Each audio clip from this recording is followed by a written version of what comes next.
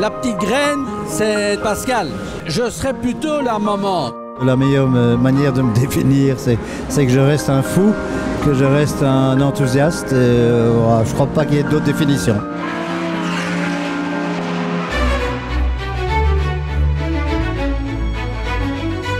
J'ai toujours été assez fasciné par le phénomène de la coccinelle.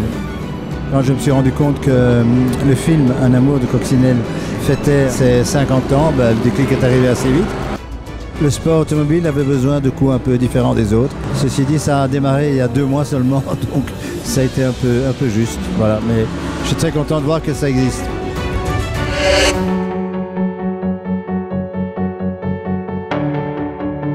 Jamais je pensais que j'allais faire ça. Hein.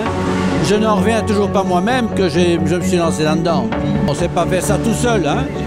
Il faut beaucoup de bonne volonté un peu pour tout le monde. Le but, c'est vrai qu'au final, quand on vendra la voiture, les bénéfices iront pour Viva for Life. L'idée était géniale de transformer une Porsche en coccinelle.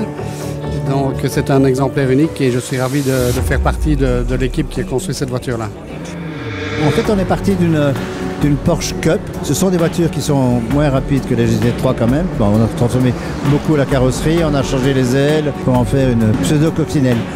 Mais il faut être réaliste. C'est une voiture qui a 80 chevaux de moins et 80 kg de plus que les grandes filles ici. Et ça, en termes chronométriques, c'est pas terrible.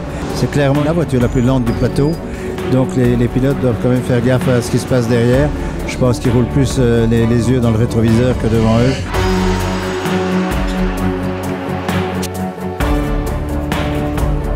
Une voiture comme ça, elle se doit un petit peu d'être un peu sympa.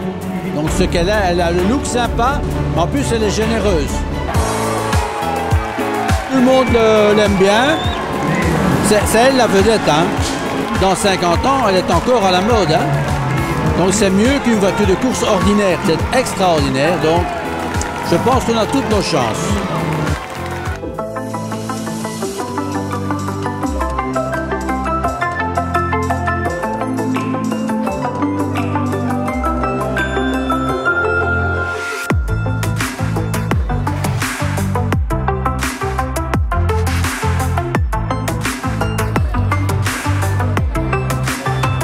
Le fait d'être au volant de cette voiture, ça procure une émotion un peu différente d'un concurrent qui roule normalement avec des grosses voitures. Ici, c'est un côté sympathique, vraiment bienvenu.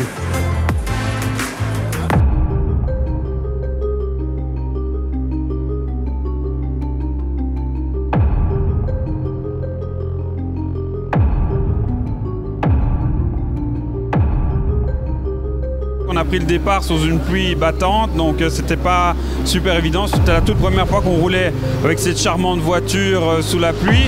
Donc au niveau réglage et tout ça, c'était vraiment assez chaotique, mais on s'est bien débrouillé. Je me suis battu avec quelques Porsche, donc avec ses sœurs, et j'ai pris vraiment énormément de plaisir. C'était vraiment très sympathique.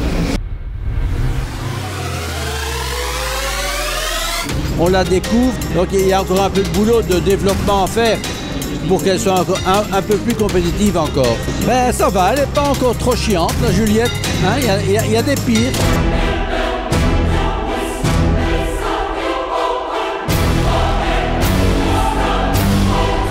C'était la première fois que je la conduisais sous la pluie. J'avais vraiment envie de l'essayer sous la pluie. Et je me suis vraiment bien amusé avec une voiture très agréable, très facile à piloter et pleine de ressources encore. En une demi-heure, j'ai quand même dépassé 4-5 voitures, donc c'est super. On n'a pas du tout l'impression d'être des boulets en piste. Donc vraiment, Juliette va très bien. Elle a tout à fait sa place ici au 24 heures de Spa.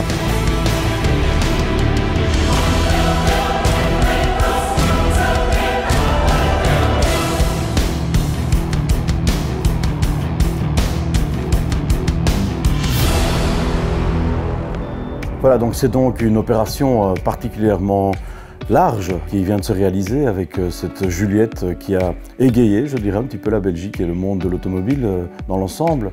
Opération bien sûr caritative au profit notamment de Viva for Life, opération aussi destinée à mettre en avant ce caractère créateur de rêve des établissements de Mans avec ces voitures de prestige exclusives comme Juliette.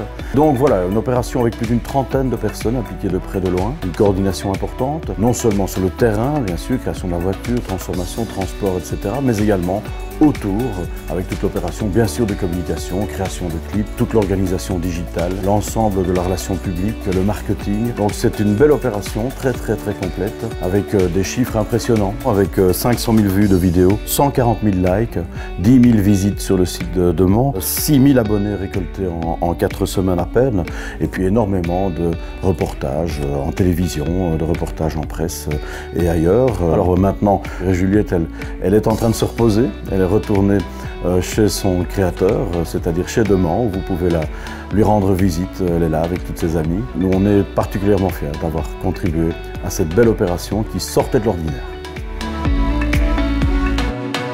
Cette voiture, elle plaît.